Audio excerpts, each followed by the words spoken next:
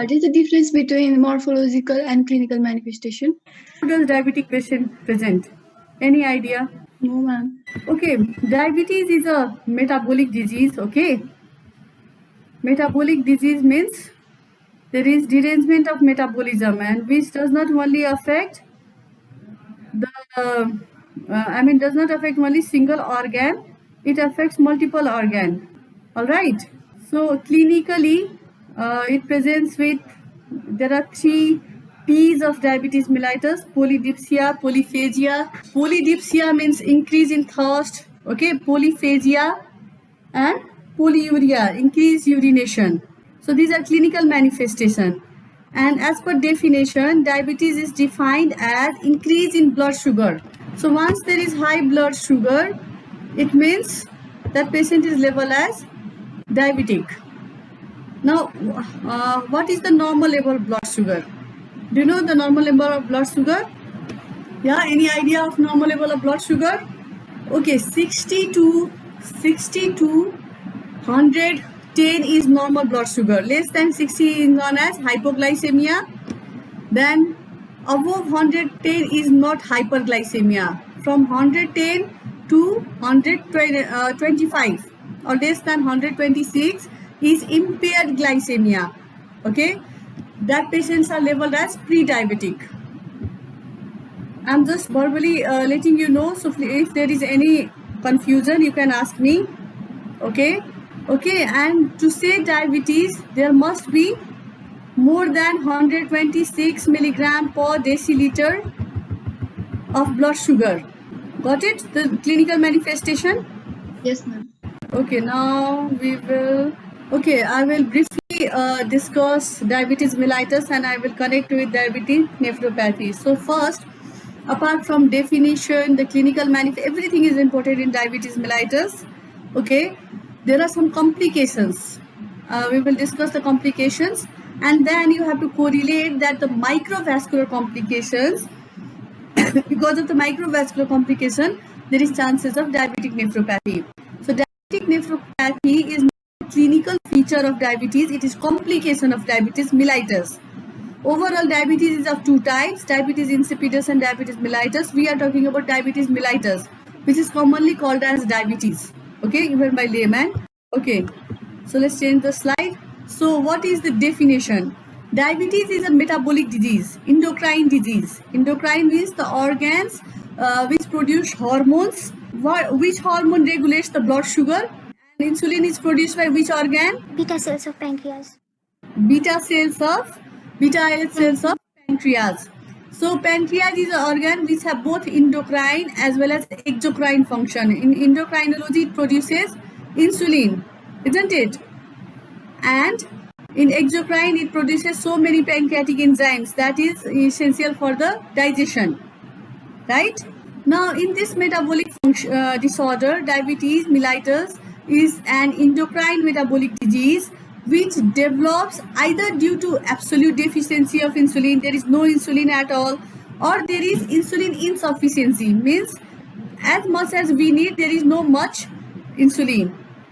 Suppose we need 10 units of insulin, but pancreas is able to produce only 5 units of insulin, or 4 or 2 or 3, like that.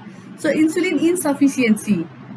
Okay, or sometimes it can be both. And how does it clinically present? It presents with chronic hyperglycemia. It presents with chronic hyperglycemia. Chronic means persistent, not one episode. Okay, I will tell you the exceptions where there is hyperglycemia or glycosuria, but still the patient is not labeled as diabetes, and that is the exceptional condition. So what does this diabetes do? It affects different systems and organs of the patient. Virtually each and every organ, from hair to nail, from head to toe, every organ is affected by diabetes mellitus. That's why diabetes is very, very important from medical point of view. So now this is epidemiology. Okay, this is epidemiology distribution of diabetes mellitus in low and middle income countries. All right, so you can see the burden of diabetes. Yes, it is comparing the 2011 data, it is projecting the 2030 data. in the age group of 20 to 79 years. So we are not included. Our study is not done, but they have they have projected the data. So how will there be change in the proportion of diabetes mellitus? So if we say Indian subcontinent, because general population, food habit, climate, living style is similar to India. So you can see by 2011, 61 millions of people. It is a proportion, okay? Geographical proportion. If in India 61 million people are affected, means our population is lesser. So we have to take out the proportion and we can project our data. So they are projecting in India, there will be more than 101, means more than 100 millions of people that will be diabetic. So we can also compare our, okay. So global prevalence is very high, which is being projected up to 10% in 2030. Now epidemiology again. In patients with type 1 diabetes mellitus, type 1 diabetes mellitus means there is absolute deficiency of insulin. The pancreas is not producing insulin. The beta islet cells are completely destructed. Okay. So what does it do? It complicates up to end-stage renal disease and can also lead to death. Type 1 diabetes mellitus. Whereas type 2 diabetes mellitus has many complications like macrovascular and microvascular complications, and there will be many complicating diseases, including it can lead to death. Now, who invented the term, who discovered the term diabetes mellitus? Diabetes basically means excretion of large quantities of sweet urine, sugary urine or sweet urine. Am I audible? Are you people hearing? Yes, ma'am. Yes, ma'am. So it is the Greek word diabeino. Diabeino, okay, that means diuresis, and diuresis means increased urination. Okay, and mellitus. Mellitus means sweet or honey. Okay, from the Latin word mel. So because the urine smell or taste was sweet, and diabetes is diuresis, and both thing occurs. The urine smells sweet and there is increased diuresis. Diuresis means increased amount of urination. That's why it called diabetes mellitus, and it was Banting and Best were the two physicians that give this name. Now let's revise the pancreatic histology. Pancreas has got exocrine as well as endocrine function. Exocrine pancreas consists of acinar cells and duct cells. All right. So there are alpha cells which secretes glucagon, which increases the blood sugar. Glucagon is responsible for increasing the blood sugar. There is hypoglycemia, and beta cells, they have opposite action. They secrete insulin and it controls blood sugar. Okay, then there are delta cells that produces somatostatin. So we were talking about different cells in diabetes mellitus. In pancreas. So alpha cell produces glucagon, beta cells produces insulin and amylin, and these beta cells are most prominent cells in the endocrine pancreas. It constitutes 80% of the cells. Delta cells produces somatostatin. Somatostatin regulates all other hormones, and it is also of medicinal value. Okay, somatostatin analog is used for tumor treatment and all. And then there are F cells that produces pancreatic polypeptide. Now insulin is a protein. Okay, it is peptide, polypeptide. It consists of 51 amino acid and plus 16 different other amino acids. So basically it is a polypeptide, and most important stimulator of insulin secretion is presence of glucose. As the glucose increases in our bloodstream, insulin is secreted, okay, from the beta islet cells of the pancreas. Okay, as much as is the hyperglycemia, there is increase in the insulin secretion. But what happens in diabetes? In diabetes, what happens is the insulin is exhausted. The pancreas is exhausted to produce insulin. Okay, the releasing capacity of insulin is finished or reduced. So therefore, it cannot cope up with the high levels of insulin. So these are some studies I have just tried to project it. Okay, now insulin is also an anabolic hormone. Anabolic means it synthesizes fat, it synthesizes protein, it synthesizes other storage things, okay, and it is a anabolic hormone which promotes the synthesis of carbohydrate, protein, lipids, and nucleic acids. Okay, so the most important target organs for the insulin action are brain.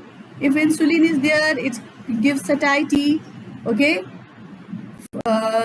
if in skeletal muscle, it increases the glucose uptake. Liver, it reduces the glucose production. Gluconeogenesis is reduced in the presence of insulin.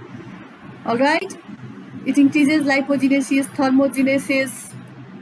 Now, what happens if insulin is insufficient? Insulin can be insufficient, absolute or relative. Am I audible, class? Yes, ma'am. Insulin is absolutely deficient, then the type of diabetes will be type 1 diabetes. If the insulin is relatively deficient, then the type of diabetes will be type 2. We'll discuss separately also type 1, type 2. Okay. Now, what are the causes of absolute? It can be genetic or it can be autoimmune, damage of beta cells.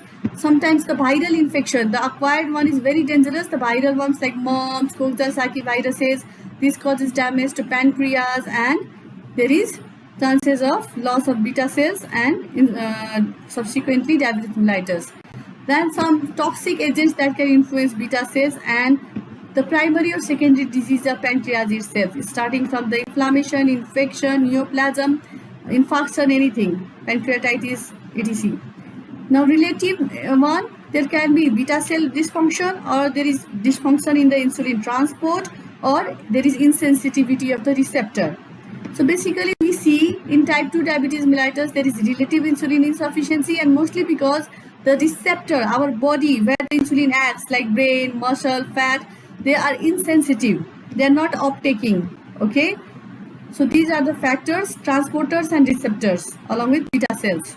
Now, the diabetes mellitus is defined in broad categories, major 4 categories. Okay. Type 1, type 2, and specific type means mostly we in this specific type we keep MODY, M-O-D-Y, MODY, maturity onset diabetes mellitus, and gestational diabetes. Okay, type 1, as I said, there is absolute deficiency of the insulin because of destruction of beta cells. Type 2, there is relative deficiency mostly due to resistance to insulin, means the receptors are insensitive or inadequate. Okay, and in other types there are so many, including the genetic defect of beta cell function or insulin action, or primary pancreatic disease, or some secondary pancreatic disease, some drugs, infections, etc. Now, gestational diabetes. Many ladies during their pregnancy get diabetes mellitus, and sometimes it recovers. This is the only condition in which there is high blood sugar, which gets recovered after childbirth most of the time. But these ladies are at higher chances to develop diabetes subsequently. Okay. Otherwise, apart from this gestational status, if someone has got high blood sugar, means is labeled as diabetes mellitus. Now, in type 1, type 1 is characterized by pancreatic beta islet cell destruction with absolute deficiency of insulin.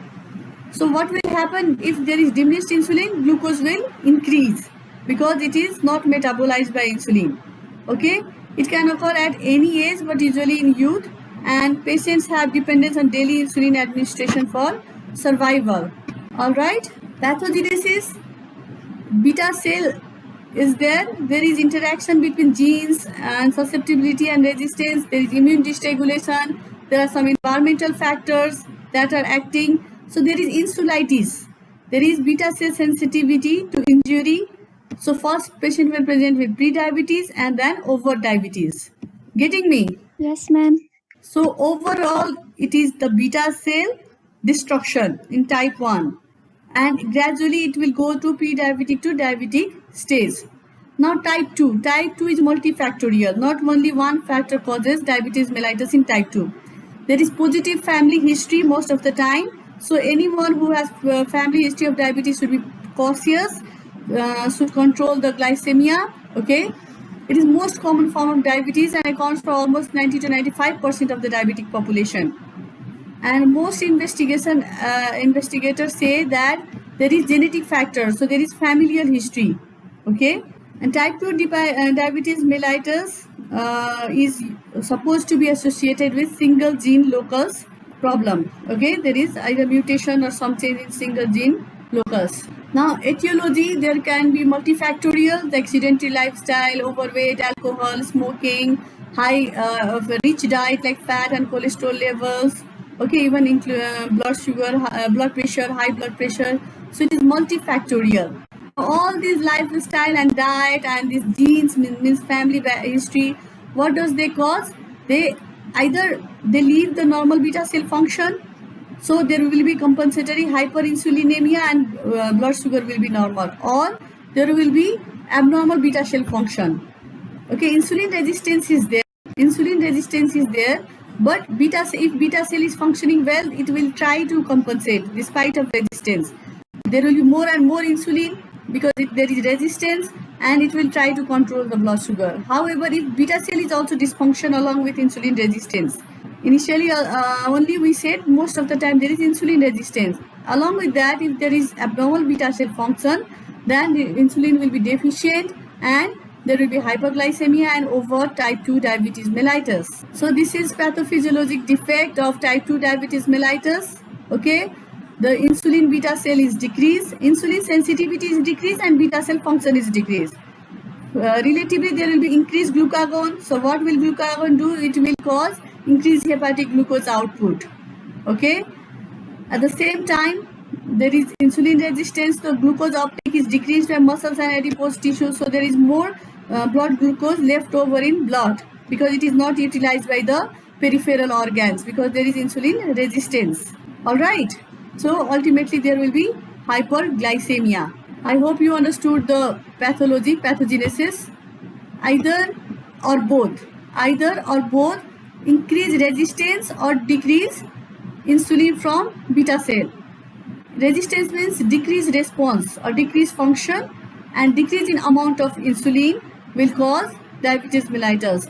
Plus, if there is more food intake, okay, if there is more glucagon secretion, there is sedentary lifestyle, less body physics, so that will cause hyperglycemia. Now, the difference between type 1 and type 2 diabetes mellitus is often discussed. So there can be pathogenesis difference and clinical difference. In type 1, mostly the patients are young, less than 35, while in type 2 it is middle or aged people.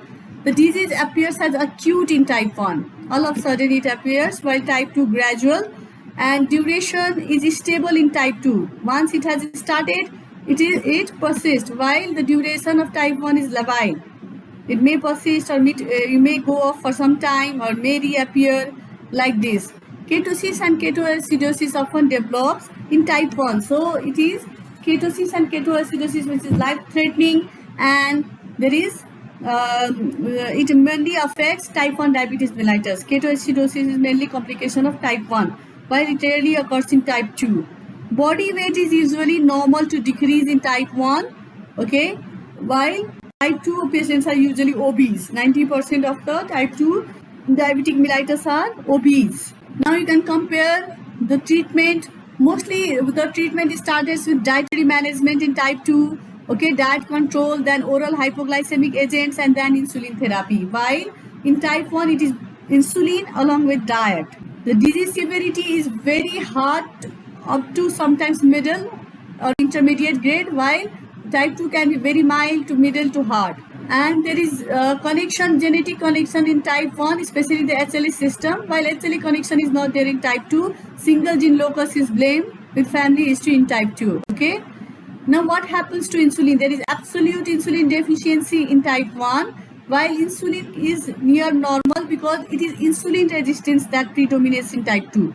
Not absolute deficiency. There is only relative deficiency, but there is insensitivity. There is no response. That is the main issue. Sometimes there is even hyperinsulinemia in type 2, but it is not acting on the peripheral organs to uptake blood glucose. And antibodies to beta cells are present in type 1, which is usually not seen in type 2. It can be seen in the first week or even first month in the type 1 diabetics. Complications in type 1 is mostly microangiopathy, while usually, not always, Microangiopathic or microvascular complications are more common in type 1 and it is less common in type 2. Meaning this microangiopathic diabetic nephropathy is more common in type 1. Automatically you can correlate. Okay. Mortality is surprisingly more common in type 2 because it is multifactorial and both microvascular and macrovascular organ damage is occurring. Okay. And in a subsequent family spreading, like parents to children to grandchildren and subsequent family hierarchy, type 2 diabetes mellitus is more inherited because type 1 is associated with HLA and HLA gene may pass or may not pass. Okay, the single locus may pass or may not pass. Now, what is the cause of insulin lag? Insulin subsequent effect of insulin lag. Okay. Because of that, the polymorphonuclear, that is neutrophilic function is impaired. So diabetic patients are very prone to infection. There is hyperglycemia, there is diuresis, polyuria, and they are dehydrated. There is hyperosmolality. There is weight loss because of proteolysis because body needs glucose and the glucose is left in blood. It is not being utilized by organs. Okay. The glucose which is present in diabetic people, it is in blood. They are having hyperglycemia, high sugar in blood, but that sugar is not being utilized by peripheral organs. Why? Because there is insulin lag. So how will body respond? Body will respond with proteolysis and lipolysis. If there is proteolysis, there will be muscle wasting, weight loss, isn't it? And if there is lipolysis, there is chances of ketoacidosis. Are you taught ketone bodies in biochemistry? Yes, ma'am. Yes, ma'am.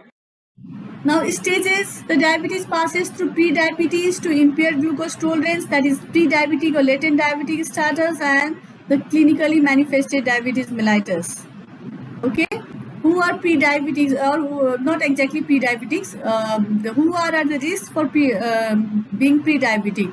So obese, who has family history, who were born more than 4 kg, okay, or the female who has given childbirth to more than 4 kg, or there are history of repeated abortions or intrauterine death. Maybe that is because of diabetes complication and undiagnosed. Okay, the people who are atherosclerotic hypertensive has some autoimmune disease. Okay, there is repeated furunculosis, repeated skin problems, or there are some infections that can affect pancreas like rubella, mumps, Coxsackie virus infection, cytomegalovirus, hepatitis infection, infectious mononucleosis, which is caused by Epstein-Barr virus. So all these infections, if there is past history or recent history, then the persons are predisposed to diabetes mellitus. Or a person has any other endocrine disorder like Cushing syndrome. You see the lower one picture, the Cushing syndrome with abdominal stria, purple abdominal stria. Okay, so these people are they have chances of diabetes mellitus. Okay, who should get screened for diabetes? Can be screened in the latent stage.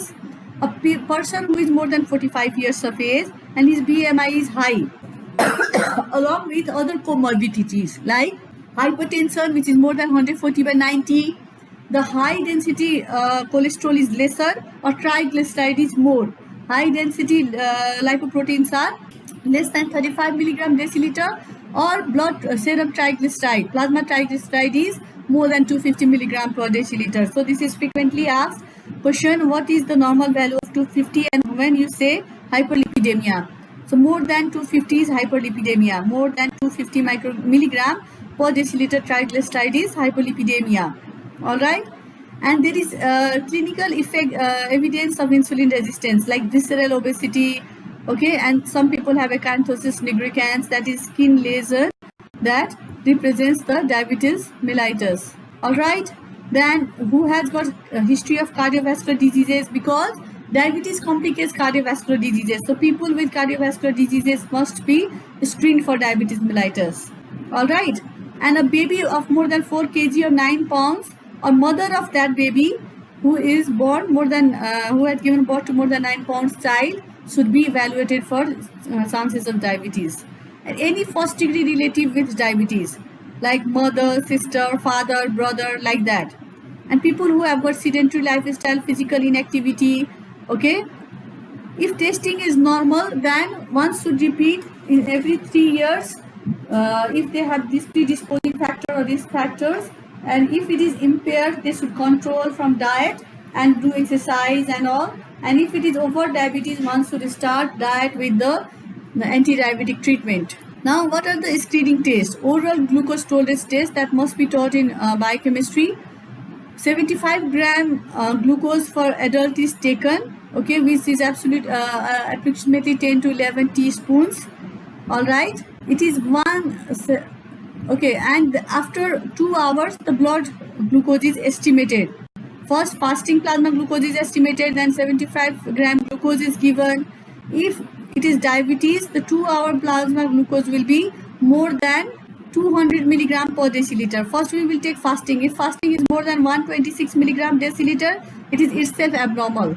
Okay, but still we will do postprandial. After plasma glucose, postprandial, if it is more than 200 milligram per deciliter, then it is abnormal and patient is labeled as diabetes. If fasting glucose is not up to 126, it is less than 126, and the 2-hour plasma glucose is between 140 to 200, meaning if it has gone beyond 140 but less than 200, then it is impaired glucose tolerance test and patient will be labeled as pre-diabetic. All right, and if fasting glucose itself is impaired, which is 110 to 125, or 2 hours plasma glucose is less than 140, means up to 110 to 140, then it is called impaired fasting glucose. This chart is very, very important. This is summarized by WHO in 2006, and we are still following this recommendation. This is revised, but ultimately it is same. Okay, so what will you do? You will do oral glucose tolerance test. You can substitute the patient for fasting blood glucose or plasma glucose. In fasting blood glucose, from normal to abnormal or abnormal to normal, whatever. If it is less than 110 milligram per deciliter, fasting blood glucose less than 110 milligram per deciliter, you send the patient back home because he is normal. From 60 to 110 is normal. But still, if there is predisposing factor, you can ask patient to screen time and again, at least every 3 years. Okay. If fasting blood glucose is more than 110 milligram per deciliter, if it was 60 to 110, it was normal. If it is 110 to 125, means it is more than 110 and less than 125, then the fasting glucose is impaired. Okay, again patient is labeled as pre-diabetic and is counseled for dietary control and increased activity, live sedentary lifestyle and management of comorbidities. Patient has come under the level of pre-diabetic. Okay, 110 to 125. All right, now if fasting glucose is more than 126, so one instance of blood sugar we don't take because there can be error, there can be some physiological phenomenon, so we'll ask to repeat soon in 1 day or 2 and or very next day. And if it is again more than 126, patient is labeled as diabetic. Plasma fasting blood plasma glucose more than 126 or more, that means more than 125, is diabetes. Now coming to postprandial, that is 2-hour plasma glucose after OGTT or after food. If it is less than 140, it is normal. If it is 140 to 200, it is impaired. Okay, and if it is more than 200, it is diabetes. For fasting, the parameters are 60 to 110 normal, 110 to 125 impaired, and more than 126 diabetes. For 2-hour plasma glucose, less than 140. Okay, less than 140 is normal, and 140 to 200 is impaired. More than 200 is diabetes. The unit is milligram per deciliter. Am I clear? Yes, ma'am. Okay, you can summarize from this. You can take a screenshot and remember. Along with that, in red line, I have given HbA1c, glycosylated hemoglobin. Have you heard of it? Glycosylated hemoglobin. But let's discuss. If patient has no new complaints, the serum glucose level has come to normal with diet or medications, there is no glycosuria, glucose is not present in urine, and there is no such fluctuation during the day, Okay, overall morning, afternoon, evening, like fasting, postprandial, random is not fluctuating much, it is persistent, and HbA1c is less than, this is not comma, actually it is 6.5 to 7.0. Okay, if HbA1c is less than 6.5 in type 1 and less than 7 in type 2, then it is overall control, means it is compensated, and there is no comatose or pre-comatose state. If the blood sugar is normal and patient is going comatose, then that is not compensation, that is still complication. Decompensated stage, just opposite. If HbA1c is more than 6.5 in type 1, more than 7 in type 2, or the postprandial hypoglycemia is more than 200 milligram per deciliter or 9 millimole per liter, is decompensated, means uncontrolled diabetes. Now, as one of you asked, the clinical manifestation, this is clinical manifestation. Polyuria, has to rush to toilet to pass urine, polydipsia, taking loss of water, and polyphagia. More hunger, because there is catabolic effect. Glucose that is present in blood is not utilized by the body, so patient there is negative feedback mechanism that signals brain that the patient is hungry. There is no satiety because energy is not being derived from the glucose which is present in blood, so patient has tendency of polyphagia.